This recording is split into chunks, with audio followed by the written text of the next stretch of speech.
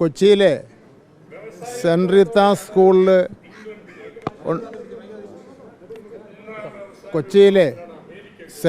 സ്കൂളിൽ ഒരു കുട്ടിയുടെ അഡ്മിഷനുമായിട്ട് ബന്ധപ്പെട്ടുണ്ടായിട്ടുള്ള പ്രശ്നങ്ങൾ അത് ഇനി ആവർത്തിച്ച് പറയാൻ ഞാൻ ഉദ്ദേശിക്കുന്നില്ല.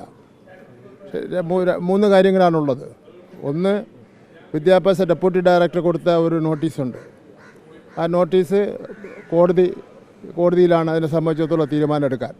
അപ്പോൾ കോടതിയുടെ തീരുമാനം വന്നതിന് ശേഷം അതിനെ സംബന്ധിച്ചുള്ള തീരുമാനമാവാം.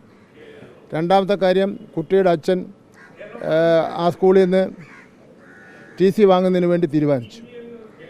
അപ്പോൾ TC നമ്മുടെ കേരളത്തിൻ്റെ സംസ്കാരം അനുസരിച്ച് ഒരു കുട്ടി പോലും ഒരു സ്കൂളിൽ പ്രവേശനം കിട്ടിയില്ല എന്ന് പറഞ്ഞ് ആ കുട്ടിയുടെ വിദ്യാഭ്യാസം നഷ്ടപ്പെടാൻ വേണ്ടി പാടില്ല. അതുകൊണ്ട് തന്നെ ആ കുട്ടിക്ക് താല്പര്യമുണ്ടെങ്കിൽ കുട്ടി ഗവൺമെൻറ്റിനെ സമീപിച്ചാൽ ആ കുട്ടിക്ക് കേരളത്തിലെ ഏത് സ്കൂളിൽ വേണമെങ്കിലും പ്രത്യേക ഉത്തരവ് കൊടുത്ത് അഡ്മിഷൻ വാങ്ങിക്കൊടുക്കുന്നതാണ്. മൂന്നാമത്തെ കാര്യമെന്ന് പറഞ്ഞാൽ, കുട്ടിക്ക് മാനസികമായും ഒക്കെ തന്നെ ഒരുപാട് ബുദ്ധിമുട്ടുണ്ടായിട്ടുണ്ട്.